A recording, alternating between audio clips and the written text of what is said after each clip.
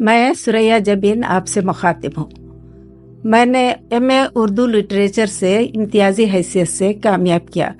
بچپن ہی سے میں بہت حساس واقع ہوئی ہوں۔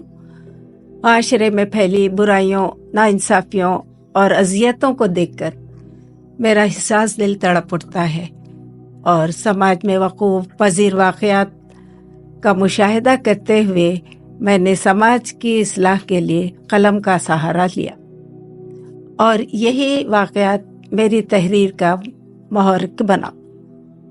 10 کتابیں لکھ چکی ہوں، اور الحمدللہ تمام کتابوں پر مجھے ایوارڈ اور انعامات حاصل ہوئے۔ روٹری کلب کی جانب سے، بورڈ آف ڈائریکٹرز کی جانب سے مجھے ایکسیلنس ایوارڈ حاصل ہوا۔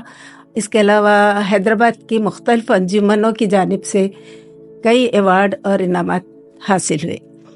14 مارچ کی بات، یہ اسی سال میں مجھے ویمنس اچیومنٹ ایوارڈ سے نوازا گیا۔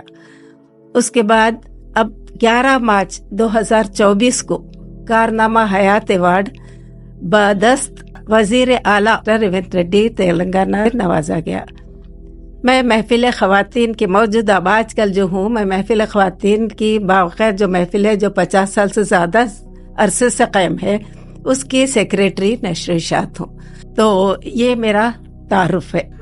میری ابتدائی تعلیم Kotla Alija high school, city high school میں ہوئی۔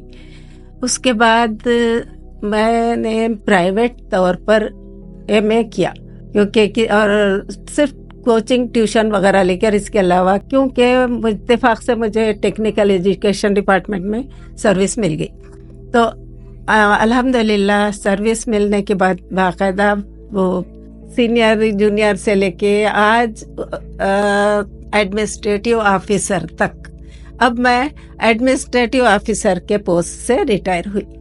گورنمنٹ پالی ٹیکنک میں کام کری، قلی قطب شاہ میں کام کری، مارٹ پلی سکندرآباد میں الیکٹرانک انسٹیٹیوشن میں، پرنٹنگ ٹیکنالوجی میں، گرلس ووکیشنل میں، رامنتا پور پالی ٹیکنک میں۔ اس کے بعد لاسٹ میں تو قلی قطب شاہ پالی ٹیکنک سے میں ریٹائر ہوئی ایڈمنسٹریٹو آفیسر کے پوسٹ پہ۔ تو اب ریٹائرمنٹ کے بعد سے ہی میرا یہ سفر شروع ہوا۔ بچپن سے میری خواہش تھی کچھ لکھنا، کچھ پڑھنا، شروع سے تھی۔ الحمدللہ میری یہ جو بھی کتابیں اتنی پذیرائی ہوئی، یقین مانیے کہ پورے حیدرآباد میں میرا نام ہی مشہور ہو گیا اس طرح سے، حتیٰ کہ رویندر بھارتی کے ڈائریکٹر انہوں خود میرے بلا کے بولے آپ کا نام تو اب تو حیدرآباد کی شان ہے، بولے کیا کیا، بہرحال بہت ایسے بولے کہ اور آپ کو تو ملنا ہی چاہیے بولے نام۔ تو اس طرح سے میرا یہ تعلیمی سفر بھی ہوا، اور اس کے ساتھ ساتھ میں پڑھتی بھی گئی۔ اس کے بعد یہ پہلی کتاب ہے میری، یہ سب سے پہلی کتاب ہے مشکینہ۔ یہ سیاست کے ایڈیٹر زاہد علی صاحب، 4 کتابوں کا تو انہوں نے رسم اجرا انجام دی، یہ انہی کے آفس میں 2009 میں یہ پہلی کتاب مشکینہ ہوئی۔ اس کے بعد سے 2012، پھر اس کے بعد سے ہر سال الحمدللہ ایک کتاب ہوتی، اس طرح سے 10 کتابیں ہو گئی۔ اور اس کے بعد یہ دوسری ہے،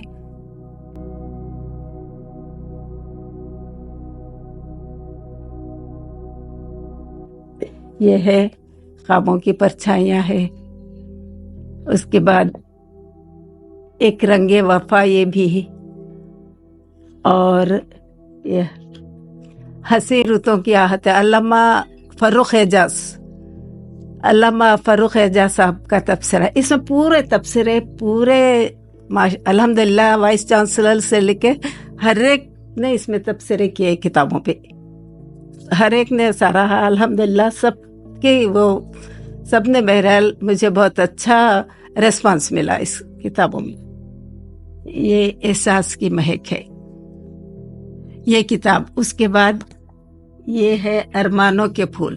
یہ اس کتاب کو لے کر ہمارے زاہد علی صاحب سیاست کے جو ہیں، انہوں نے ایسا بتایا، دیکھیے یہ کتاب ہر گھر میں ہونی چاہیے، یہ کتاب رکھنا چاہیے، کیونکہ اس میں بہترین یعنی افسانوں کے ساتھ ساتھ مقصدیت بھی ہے اس میں، اور جو برائیاں ہیں ان کو ظاہر کیا گیا ہے، اس کی نشاندہی کی گئی ہے، اور اس کا حل بھی بتایا گیا ہے۔ تو اس طرح سے انہوں نے یہ